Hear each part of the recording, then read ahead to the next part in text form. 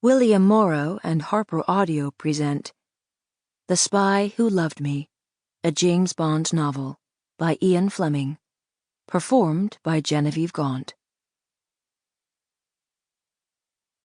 Part 1. Me. Chapter 1. Scaredy Cat. I was running away. I was running away from England, from my childhood, from the winter, from a sequence of untidy, unattractive love affairs, from the few sticks of furniture and jumble of overworn clothes that my London life had collected around me. And I was running away from drabness, fustiness, snobbery, the claustrophobia of close horizons, and from my inability, although I am quite an attractive rat, to make headway in the rat race. In fact, I was running away from almost everything except the law. And I had run a very long way indeed, almost exaggerating a bit, halfway round the world. In fact, I had come all the way from London to the Dreamy Pines Motor Court, which is 10 miles west of Lake George, the famous American tourist resort in the Adirondacks, that vast expanse of mountains, lakes, and pine forests which forms most of the northern territory of New York State.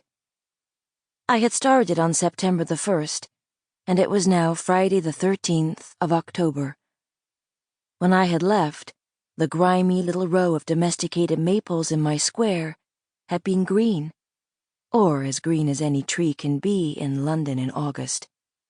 Now, in the billion-strong army of pine trees that marched away northwards, towards the Canadian border, the real, wild maples flamed here and there like shrapnel bursts.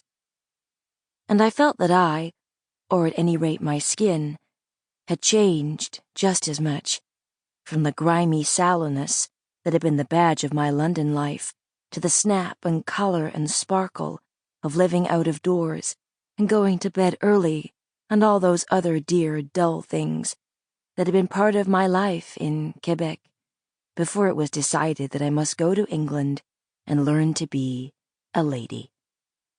Very unfashionable, of course, this cherry-ripe, strength-through-joy complexion, and I had even stopped using lipstick and nail varnish.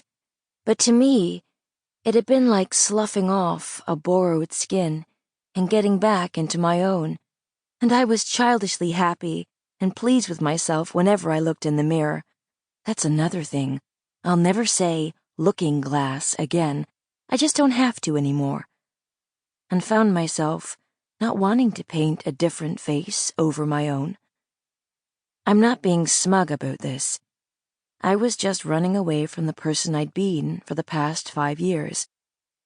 I wasn't particularly pleased with the person I was now, but I had hated and despised the other one, and I was glad to be rid of her face.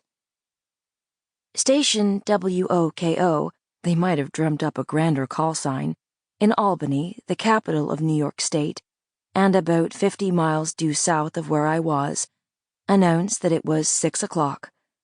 The weather report that followed included a storm warning with gale-force winds. The storm was moving down from the north and would hit Albany around 8 p.m. That meant that I would be having a noisy night.